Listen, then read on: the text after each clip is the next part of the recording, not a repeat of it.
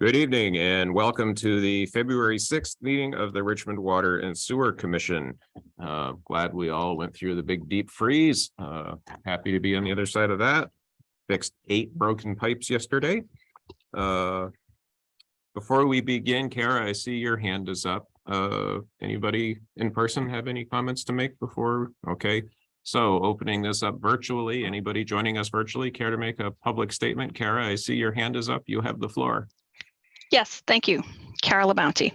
I will be making a public statement during the select board meeting later on regarding public records and access to public records. So I think if anybody cares about the public records for the water and sewer department, that you might want to attend and listen to that public comment at that time. Thank you. Okay, thank you, Kara. Anybody else? Not seeing any hands. Okay. Josh, board, any additions or deletions to tonight's agenda? So I have one comment. I don't know if you have access to it, but when you present on the tip, whether it's worth it also to put up what the costs are now, the last estimate for construction. Oh, If that's not accessible, I understand. yeah, I don't have that. It tipped my fingers, unfortunately. Okay, I think it's more than 5 minutes to dive into it. yeah, So, yeah, I mean, not that it's a bad idea, just right. I don't think it fits as part of the 5 minute, maybe a future. Sure. If you want to dive back and Maybe next time. I think it'd be good to review costs. review, well, it costs also review potential funding. Actually, I do have one minor thing. It's not on the agenda because we weren't sure we'd have it ready, but Josh, Arneson, Duncan, Wardwell, Aaron Farr, and I spent about an hour and a half between 4 and 5:30 today going over the how to say it, the how many meters and fixed costs and so forth we're actually billing people for. We were comparing the CCRPC database, the network database, the E911 database to look for inconsistencies. And I would say we made some pretty good progress. We managed to flag, I would guesstimate about 80% of addresses. This is probably correct. And there's probably about 20% we need to dig into. Either through site visits or just looking closer at the data. You want to? Would you feel comfortable putting that in under E, discussion of current water and wastewater rate structure? Sure. Okay. So if I forget, don't forget to put that back in. Jay, can I just tell you what that was called? That was called a user audit. That thing, yeah. What Kara Okay. said. User audit. Thank you, Kara. So I am modifying tonight's agenda. So E is now a discussion of current water and wastewater rate structure and user audit. Mhm. Anything else? Okay, Josh, do you want to walk us through an update on staffing? Yeah, this is in relation specifically to Brad Snow, who is an operator in training with us at Water and Wastewater.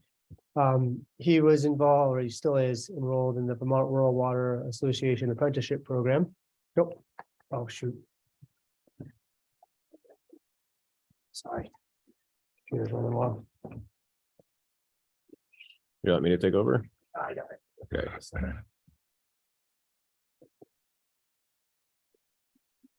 All right.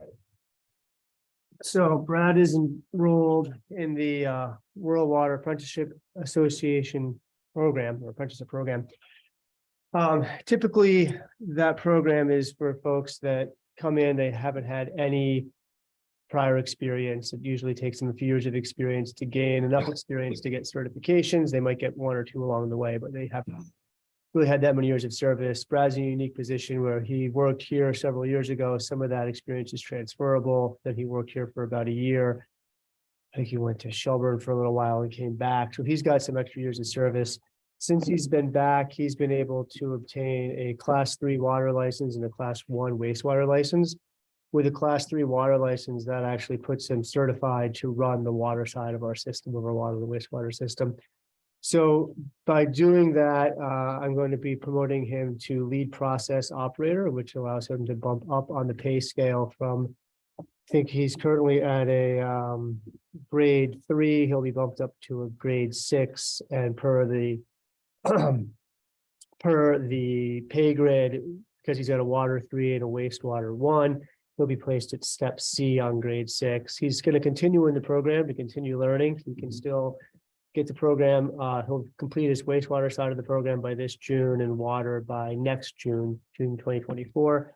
So he's expressed an interest and a desire to continue in the program and continue learning.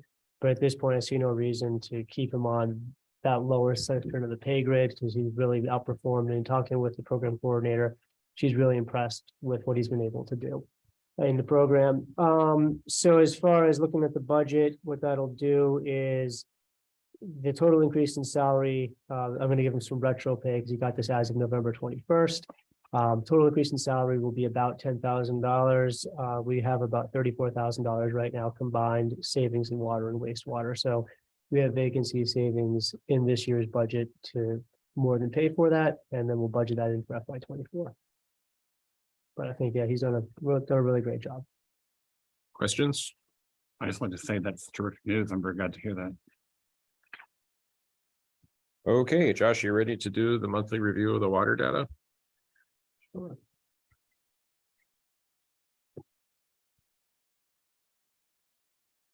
I'll share my screen so we can look at the data. So we'll walk through this.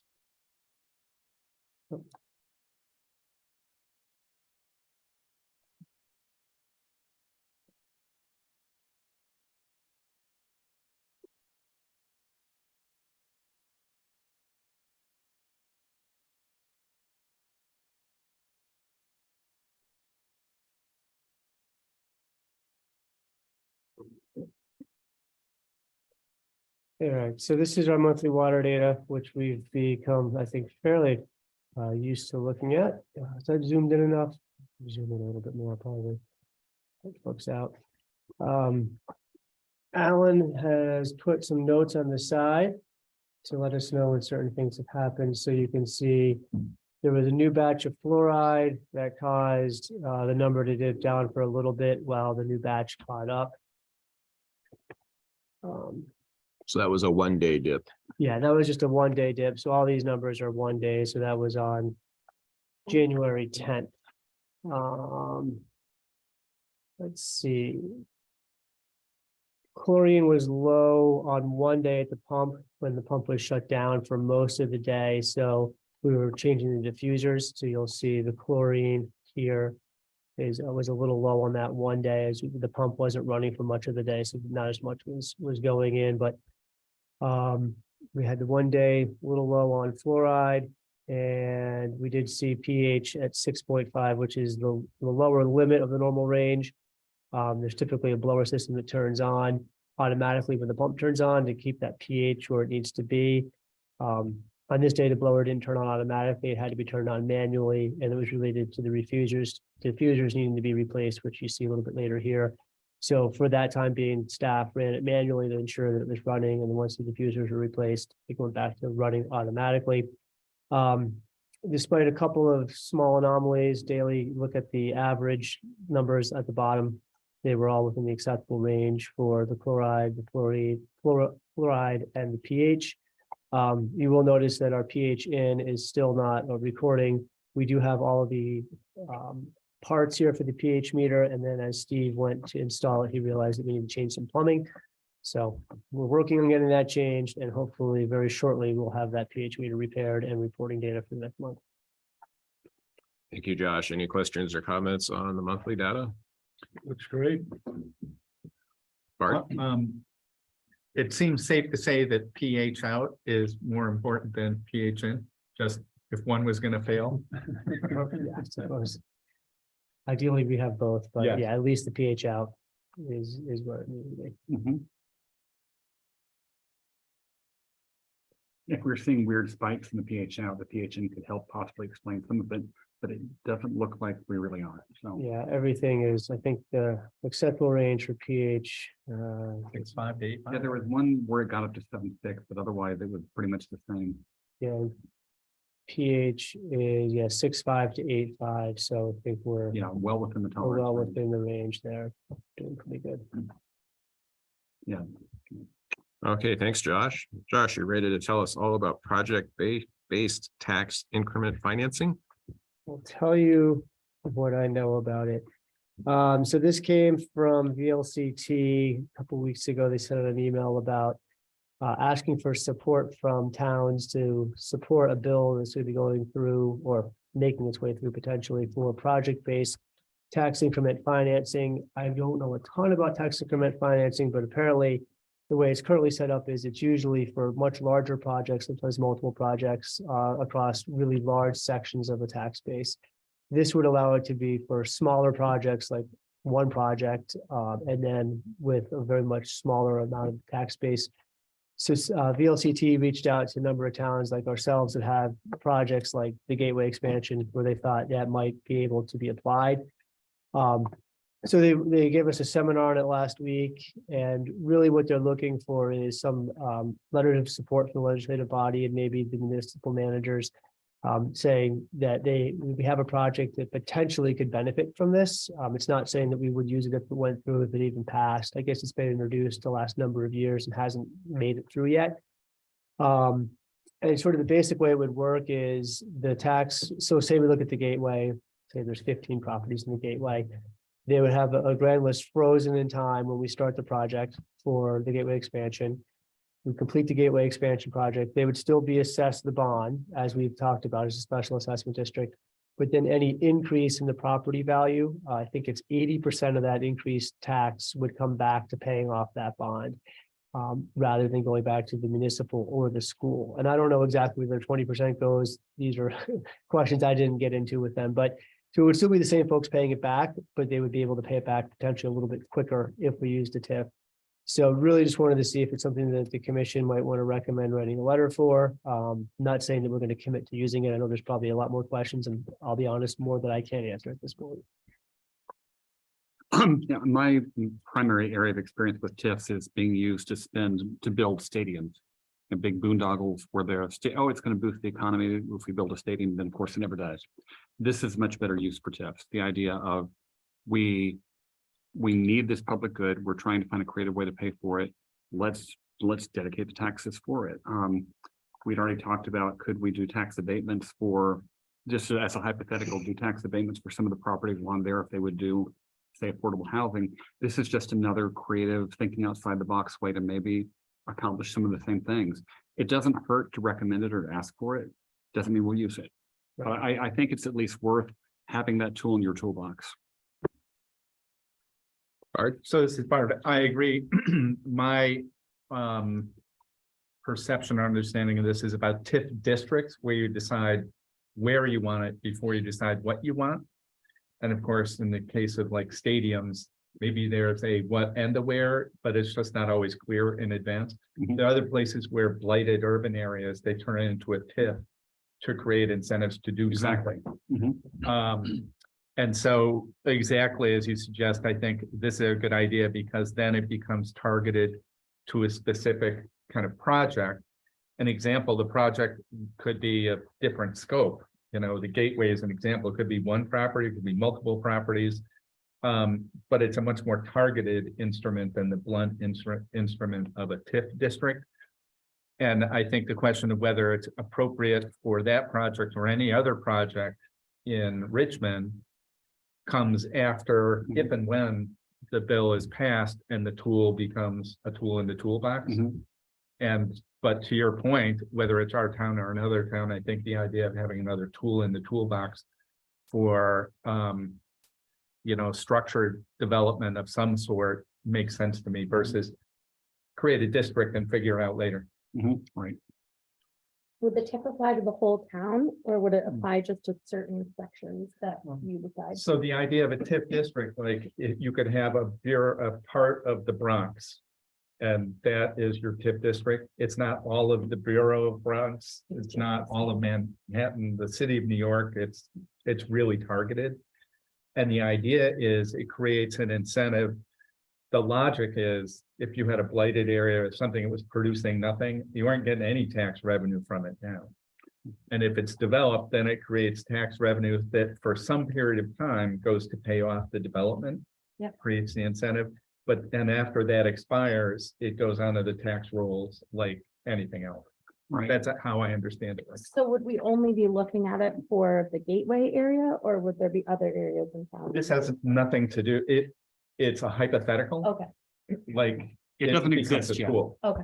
But Yeah. it could. But there's a letter that we've gotten a letter from VLCT saying, we think this would be a good tool for people to have. It's not gotten through the legislature the last few times. If you think it's a good idea, here's a sample letter you could write. And in that letter, Ted mentioned that this would hypothetically be a small district, like say 12 parsons. You know, it's not going to be the whole east side of town. It would be like, we want to build this thing on Borden Street. And it's only going to really directly benefit Borden Street, but we're going to create a TIF district just containing those houses. This is Morgan. So I think, Aaron, too, that if you read through it, you also have to qualify in order to get the TIF. That is, it has to meet certain economic goals. Mhm. So you can't just say all of Richmond unless you were gonna raise Richmond and build a big condominium Okay, project here. So that's why something like the gateway might fit into this, because of the potential economic value of putting water and sewer out there and possibly building things that are of value to the economy. But I like the fact that it's the tax dollars on those properties that go to help accelerate pay down. And it's not just a broad base, everybody's tax dollars are going to. Kara? I didn't have a chance to read the documentation if you had some out there on this, but what's the line between the Water and Sewer Commission and the Select Board though? Because the Water and Sewer Commission has nothing to do with the tax dollar in the sense of setting, the tax rate or those kinds of things, or potentially creating districts. Is this truly something that is a Select Board decision that they then have to work in conjunction with the water and sewer, because you have water and sewer bills that have rates on them versus tax bills? But I know we collect revenue on a tax basis that goes directly, could go certain things toward water and sewer. I don't know. I'm just putting that out there, that I wasn't sure if this was a water and sewer commission in conjunction with the select board, if it was a select board thing. Because when you start talking tax dollar, that's all. Thanks. Okay, thanks, Kara. Jay? So Karen, that's a very good question. At this point, the Water and Sewer Commission is not asking to spend money. We're basically being asked to be one of numerous signatories on the "we think this is a good idea" letter. And I think even though we do not have taxing authority, it doesn't hurt to say, well, we here on the Water and Sewer Commission, we think it's worth exploring. Yeah, and I put it on the commission's agenda because it came up last week with the LCT. They specifically cited the Gateway project, so I kind of wanted to start with this commission, see if the commission thought this was a good idea to support it. And I think we can come back next week with an action item to vote on the letter for both the commission and the select board. Mhm. And that way you've got the select board and the commission signing a letter that would go to help lobby for this. So Mark? Oh, I'm sorry. So that brings up the point, this letter is to be sent in from the town office or from residents of Richmond? So they, on the call last week, they talked about having it come from municipal managers and legislative bodies. So I think it can come from the select board as well. And probably it doesn't hurt to have the Water Sewer Commission sign the support. I think the more support they get from official bodies in the towns would be helpful. But an individual that lives in Richmond would not be somebody who would necessarily send the letter. I mean, I think They they could send it to their own, and they really wanted us to send it to our individual representatives Right. to help lobby for it. So I think that if individuals were in support of it, they could send a letter to our representatives and our senators to have some support. Or, Janice having one of her public information sessions this week at the library, you could stop by and say, hey, Jana, I think this is a good idea. I think so. We don't have to be real formal about it. It is true. I will say, as sometime observer in the past of legislative testimony, it's not all organizations. It's sometimes individuals. It's just a person that has an informed opinion. And just a reminder, this is not a district per se, it is a project. And the definition of project would then be different than district. District is a geographical area. You say it's in there, come up with something. This is come up with something, we'll decide if it's eligible. Okay. So it's a little different than the geographical. The history again is sort of blighted or areas that were difficult to develop. And it was based on a region as opposed to a project per se. Mhm. Yeah, this is much smaller than, say, Detroit. Or the Bronx. Right. Okay. Are we ready to move on to second quarter financials? Let's move on to second quarter financials. Okay. Financials were in the packet. Josh, did you want to just walk us through it, I guess, and then we can come back with questions or things that stand out to us? Sure, I mean, we've got the budget status report for both water and wastewater. As well as some other financials that look at delinquent accounts and revenues and reserve funds. Nothing seemed too out of line, but willing to take any questions, and if I can't answer them tonight, I will certainly come back. Jay? The budget status water document, the 13D1.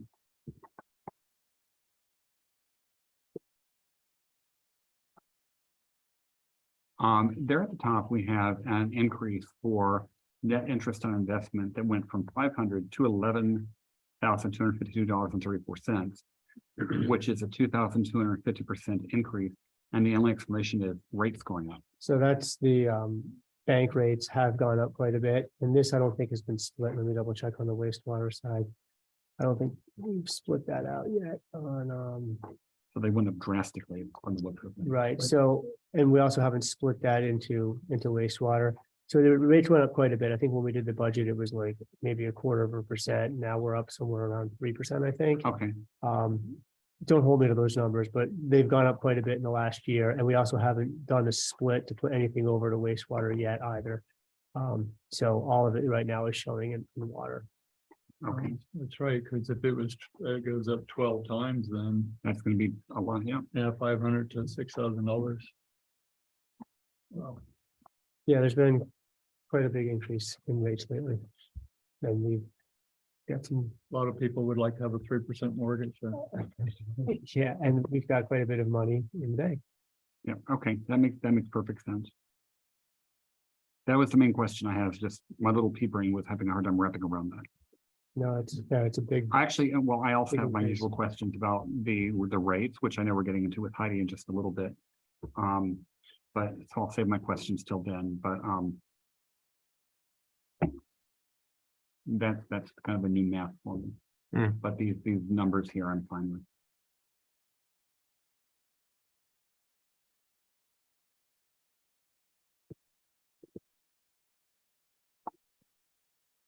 right?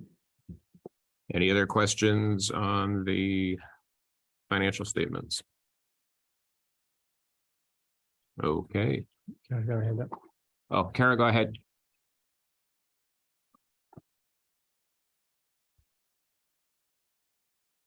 Kara, we can't hear you if you're talking.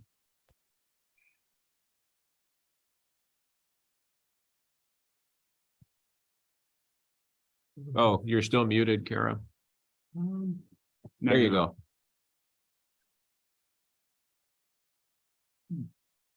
Well, now you're not muted, but we still can't hear you. Now you're muted. Now you're not muted. Can somebody else who's phoning in say something just to make sure it's not a problem on our end? Like Heidi, can you unmute? Yeah, can you hear me? Yes. Thank you. Okay. Hmm.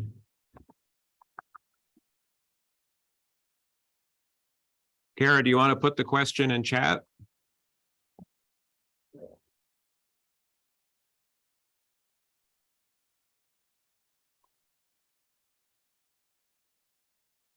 We lost Kara. Well, maybe she'll find back. Yeah, she's probably just. Why don't we move on in the meantime? Okay.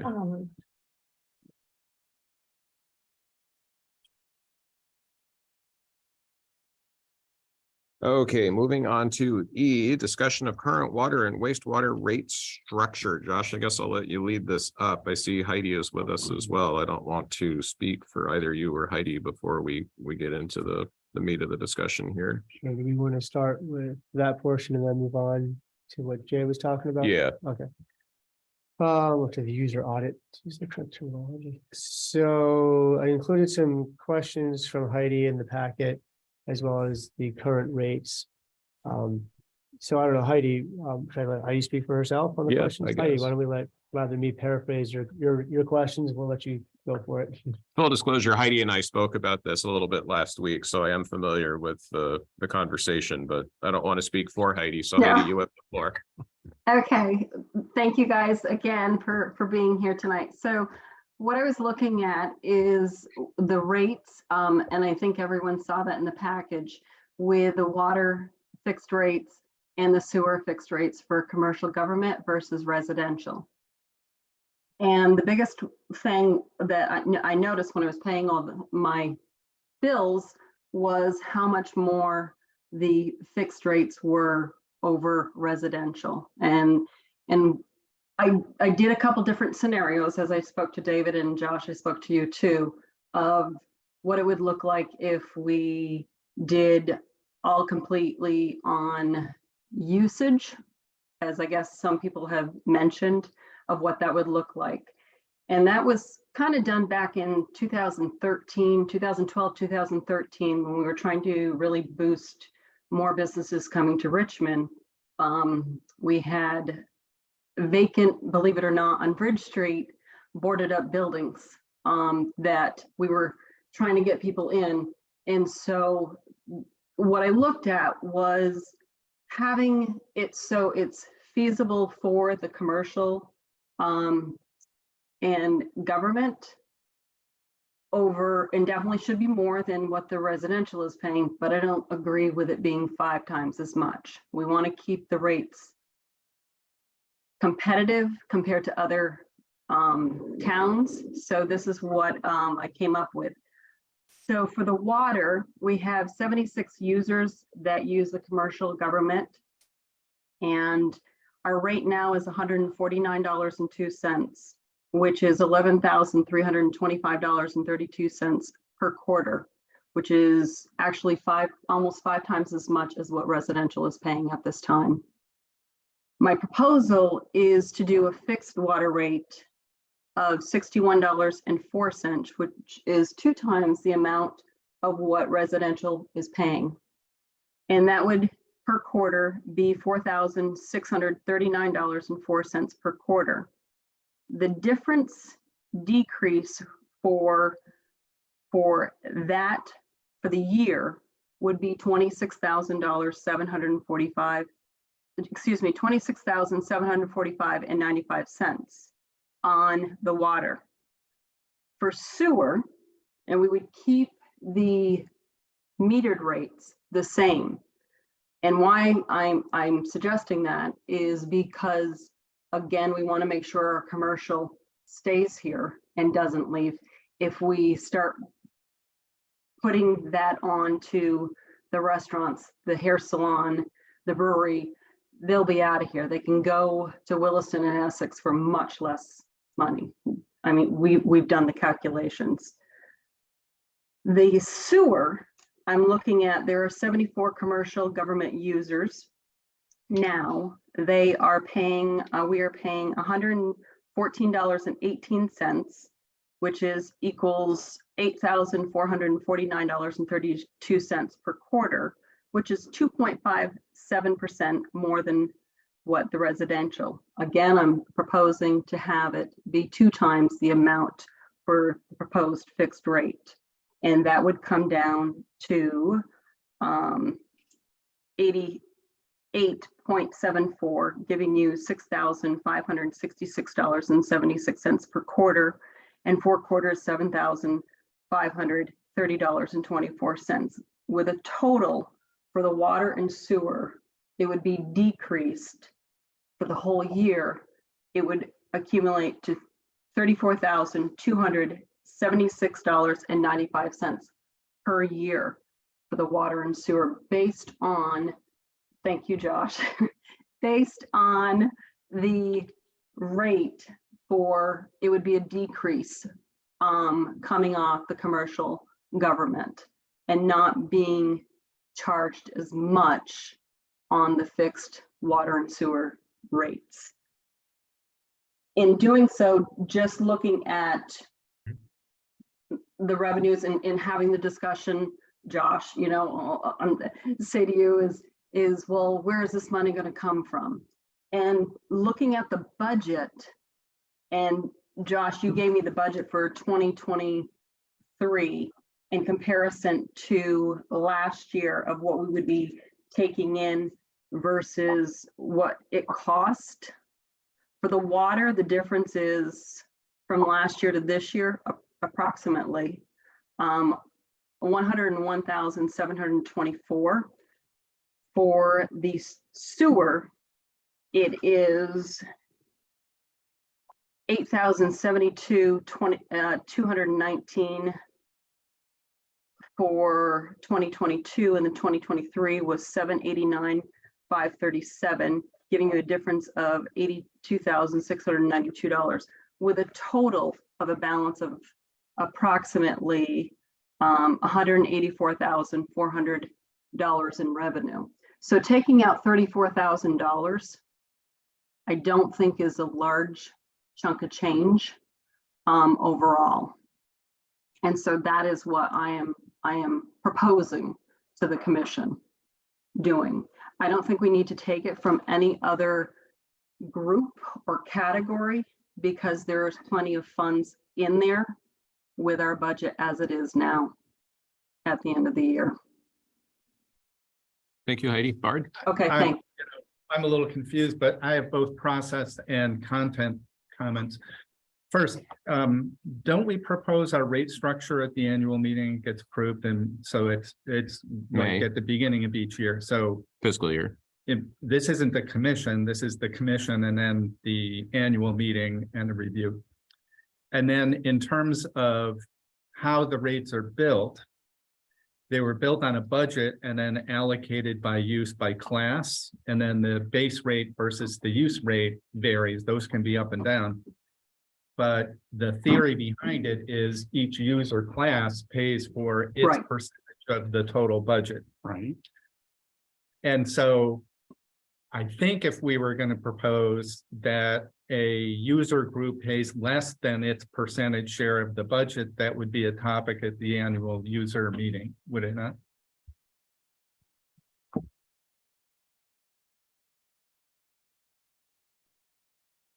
And I have trouble, part of me is just my inadequate grasp perhaps of the, I can't sort of take the narrative and drop it into the table spreadsheet that shows the different rates where there's a bunch of cell references in the Excel version. Kara, Can you hear me this time? we can hear you loud and clear.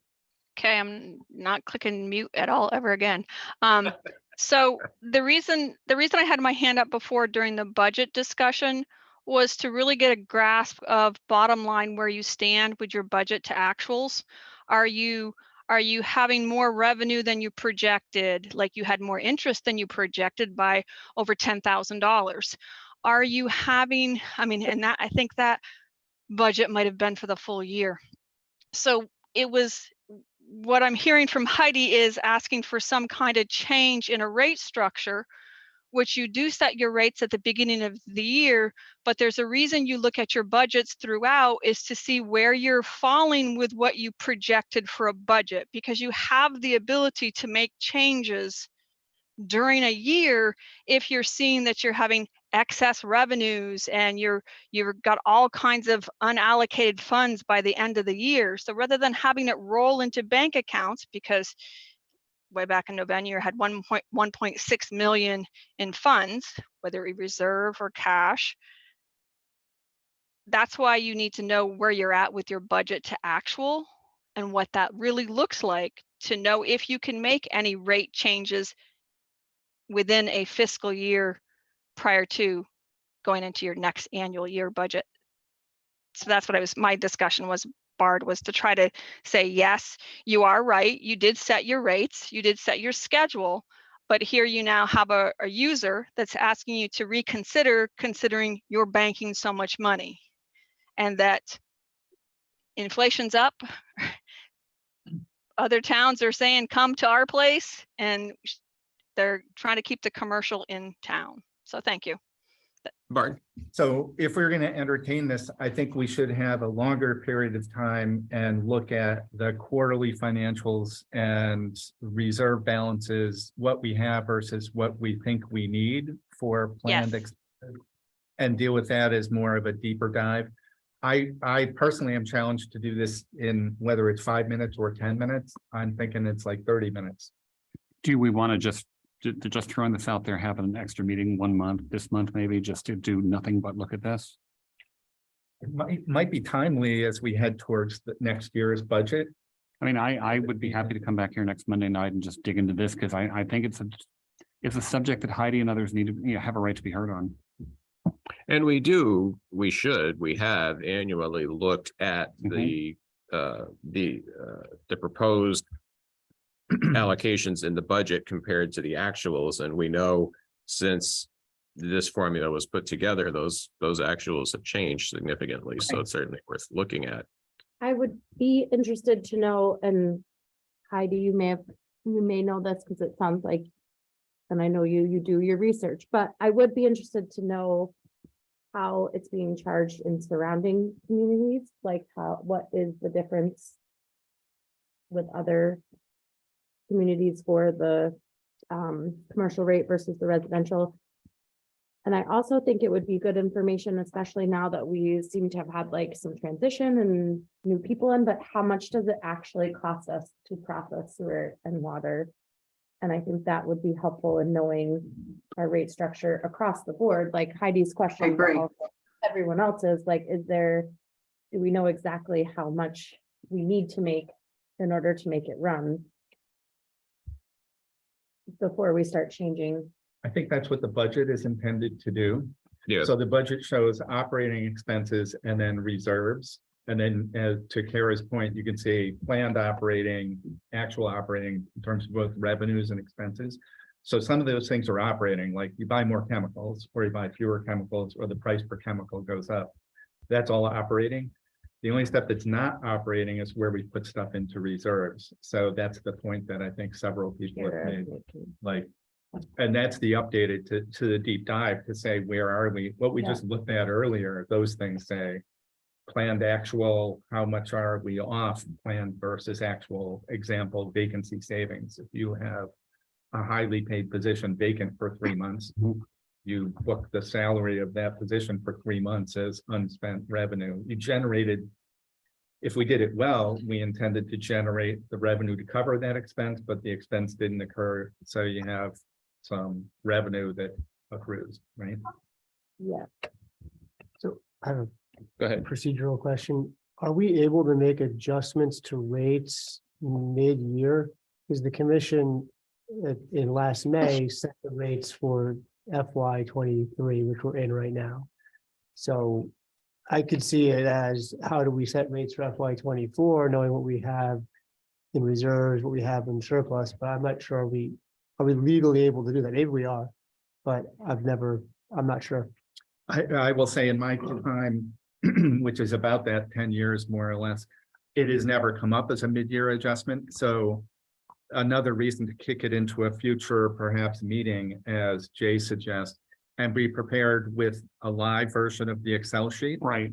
And be prepared with, is it even possible from a legal perspective, presumably VLCT and or our attorney, telling us, can you do mid-year adjustments based on I don't think we can do rate factor adjustments, like change the school from 5% more or less to 25%.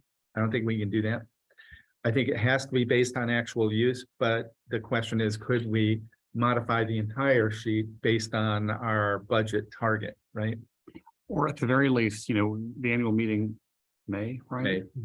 So that's not an eternity from now. Well, we said it in May, but it would Right. take effect in June. Right. That's the start of the But next fiscal if year.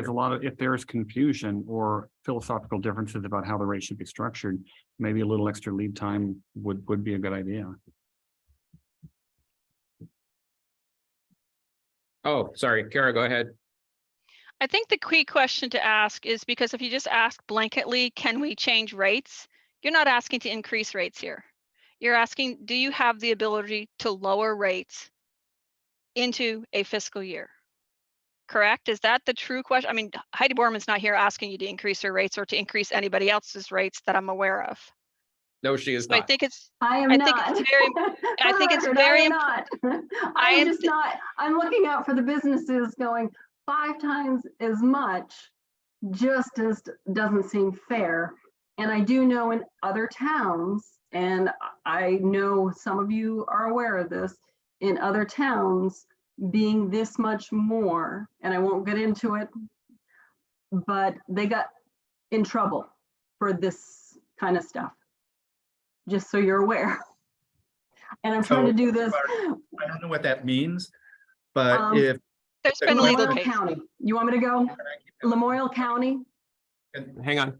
Okay. I don't really know what that means, and I don't think we're I prepared. don't think to we want to go there.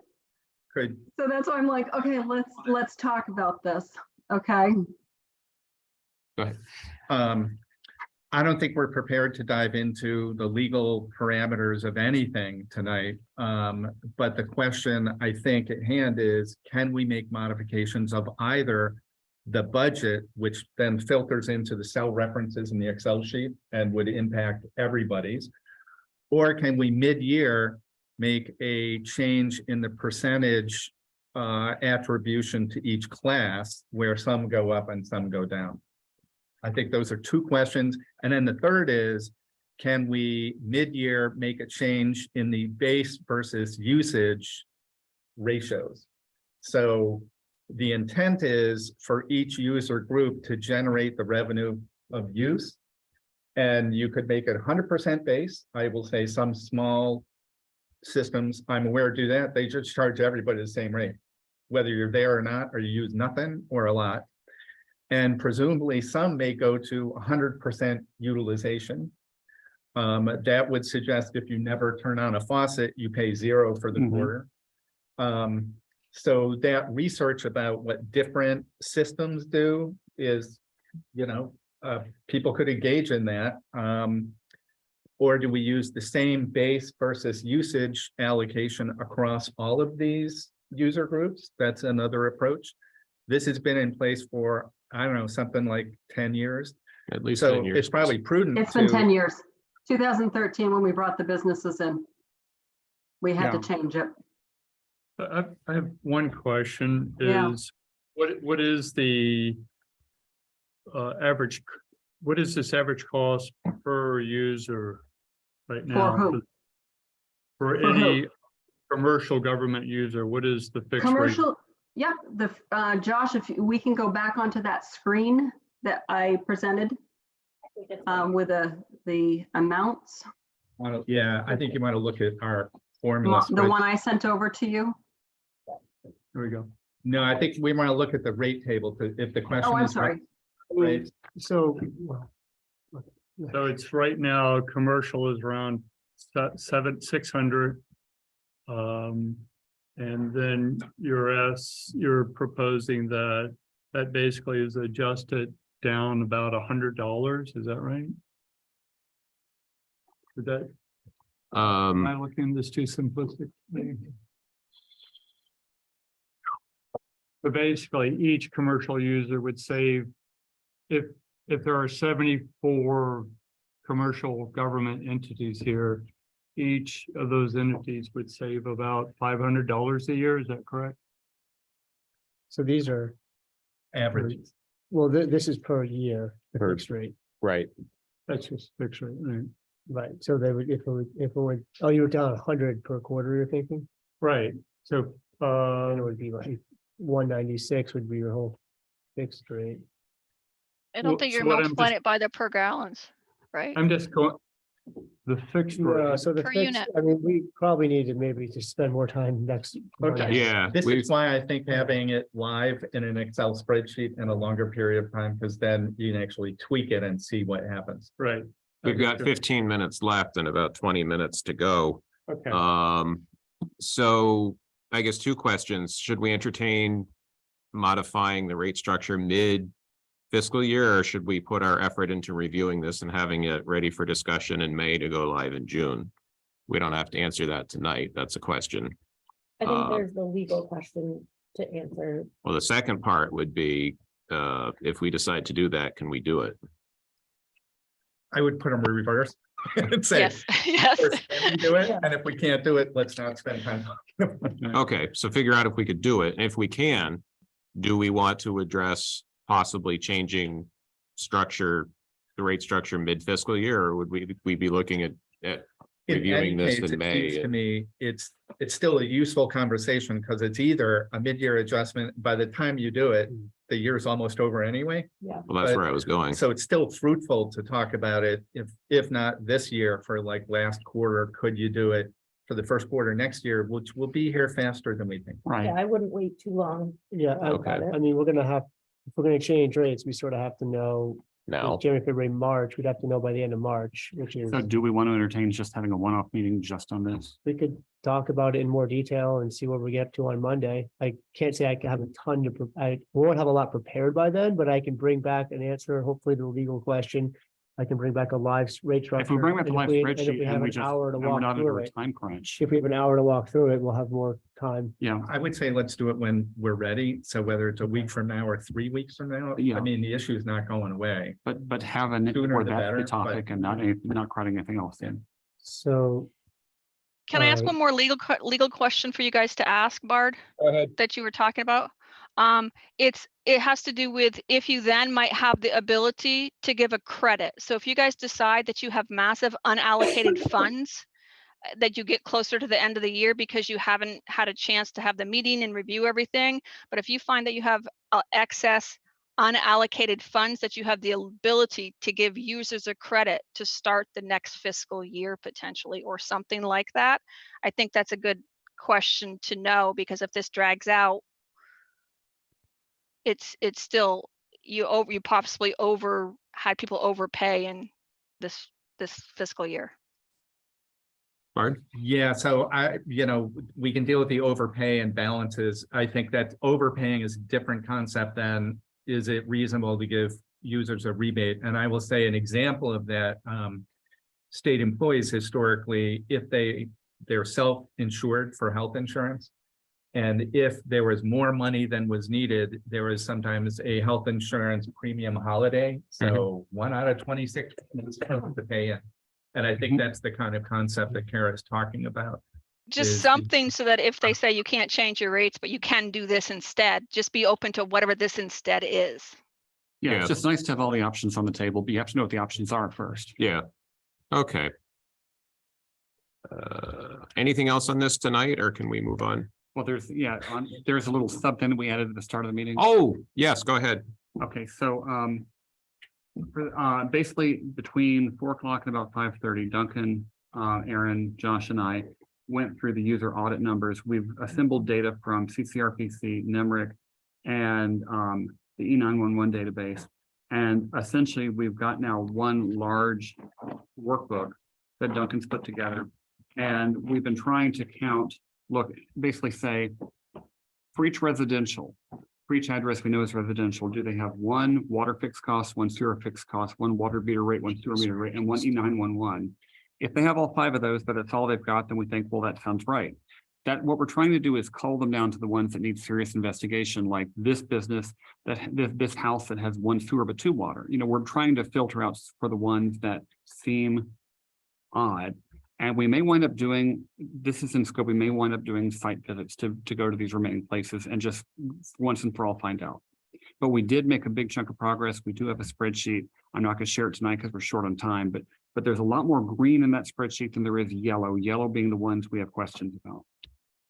Right. Thank you. Thank you, Jim. Thank you, Jay. Well, thank Duncan because he did, and actually Aaron for doing the heavy lifting. Thank you. Well, I didn't. Just take the Okay, thanks. take credit. Well, no, you had a lot of good thoughts to share and you were emailing out too, so. That's good. So in the interest of time, can we take G, discussion of next steps in exploring installation of electronic water meters, off tonight's agenda and move it to the next meeting? I have no problem with that. Okay. So section F, review of information sheet regarding water line bond vote. And it will hold us to 5 minutes on this. So this is Bart, this seems pretty straightforward. I will make an observation that 1,900,000, if it were in my pocket, seems like a lot of money, but that's the amount of money we're talking about for these projects, that these infrastructure projects are expensive. And that's not what we would spend, you know, there's the idea of revenue, and then how much do we borrow versus how much we pay out of reserve. All those things are in play, but I think it's illustrative of there are parts of our system that are costly. Yeah. Very antiquated. Yeah, and the cost to keep fixing it as it blows up. I mean, we saw what happened on Tilden. And East Main. Yeah. So other than that, I have no specific comments. I was more editorial than substance wording. Yeah, I just tried to explain sort of the mechanical procedures of the vote, that it's gonna be 50% subsidized, so. Okay, I'll get this out there. Thank you. Approval of minutes, warrants, and purchase orders. Let's start. Can I have a motion to accept the draft minutes of the I still move. January 17th Second. meeting? Made by Jay, seconded by Morgan. Does anybody have any suggestions for edits on those draft minutes as they were presented? No. Calling the motion to a vote. This is a motion to approve the draft minutes of January 17th as presented. Please identify yourself and signify your vote. Jay, I. Morgan, I. Aaron, I. Bard, aye. And this is David. Aye. Anybody have any questions on the warrants? I did not. I reviewed them. Nothing stood out. Move to approve the warrants as presented. This is Bart. Moved by Bard, seconded by Jay. Any further discussion? No further discussion. So this is a motion to approve the warrants as presented. Please identify yourself and signify your vote. Jay, I. Morgan, I. Aaron, I. Bard, aye. And this is David. Aye. Were no purchase orders, correct? Correct.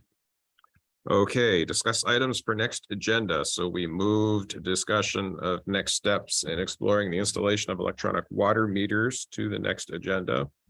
We will have the discussion of potentially adjusting the rate structure. And have we decided if we're having a special meeting for that? I don't know exactly how much. Once we've got the data ready. I think, yeah, Okay. I can try to get those legal questions answered by next meeting. Another option, this is Bard, is to, we've done this a few times, start our meeting earlier, start at we could do that. 5:30. Yeah. If that's viable, and do like 40 minutes on that. That works. That works for Just me. me. that. And if you want, we could assign timekeepers. And that'll give some more time to get more information, Mhm. because, yeah, turning that around in a week may not be, you may not be satisfied. So should we tentatively set the start time for the next meeting, which would be the 20th. 20th? No, it's President's Day. 21st. So it'd be Tuesday, the 21st Oh, for 5:30. Yeah, it'd be good with time. The 20th is Addie's birthday. Yeah. Yes, that's great. Okay, Ask David about his anniversary. And also, I think we might have something a little more concrete to report out about the user audit. that's a good point. Yeah. Instead of just basically saying it's a cool spreadsheet, you should see it.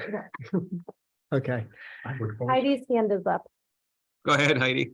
I've got a question because Aaron, you made a really good point. I think in order to do the budget and the rate is if we do have the numbers of what it is costing, because things have changed with chemicals and everything per gallon and sewer to process. You know, if we have those numbers, then we would be able to also see from last year of how much we're using, how much it's costing. And I think that's a really key component that you're going to need for the budget. I'm gonna make a comment though, Heidi. Yeah, If usage were cut in half, we still have core costs we have to pay for, so the cost per gallon would go up. And if usage doubled, then it's more dilute, to use a liquid metaphor, and so the cost per gallon would go down. I think the cost per gallon is an artifact of the spreadsheet we used before, and I'm going to strongly recommend we stick with a spreadsheet we've been using for 10 years, which includes gallons, but then distributes the cost based on gallon. And it will reflect those costs. If use goes up or down, you can still calculate it from that. But it's a means to an end. There's actually not a cost of each gallon. There's a cost of managing the system And gallons are an artifact of that. It's sort of like if you were milking cows. If you get 50 more gallons today than yesterday, your cost didn't change a whole lot, probably. Mhm. They're probably very similar to what they were yesterday. So you might want to talk more about that in 2 weeks. There you go. But Bard, I'm just gonna say, chemicals have gone up. And I know for us, like even parts at the shop, things have gone up. And if we have haulers coming in, we need to make sure our costs are being covered and not subsidized by users. So I do think it's important that we do have those numbers. If it has been 10 years, we definitely want to Well, know. It's Where in the we're at. budget. So Okay. when we look at the budget, you can see the line items and what was budgeted and what was actual. Okay, The other thing about chemicals is it's related to our septic processing Right. or septic haulage. So if it goes up, it goes up, it goes down, it goes down. So there are factors that are correlated that are different than just users. So anyway, I think it's helpful when we get the Yeah. rate sheet in Excel format. Sounds And then great. also bring the budget document where we can say year to date, are we under, over, and on what? So it ties together as you described, it's arguably great. produced per gallon, but I think it's gonna change every time you do it. Okay, And the you're referencing was that you're doing it differently for the last 10 years, right? The spreadsheet you're using or the 2013, form you're yeah. using? The spreadsheet different? is essentially the same. It's Yeah. been, the concept or the methodology has been in the same structure for 10 years, so. Anything else for tonight? Well, thank you for all the contributions, everybody. I move to adjourn. Thank you. Move to Second. adjourn by Jay, seconded by Bard. Calling the motion to a vote. This is a vote for adjournment. Okay, aye. Morgan, I. Aaron, I. Bard, aye. And David, aye. We are adjourned at 6:56.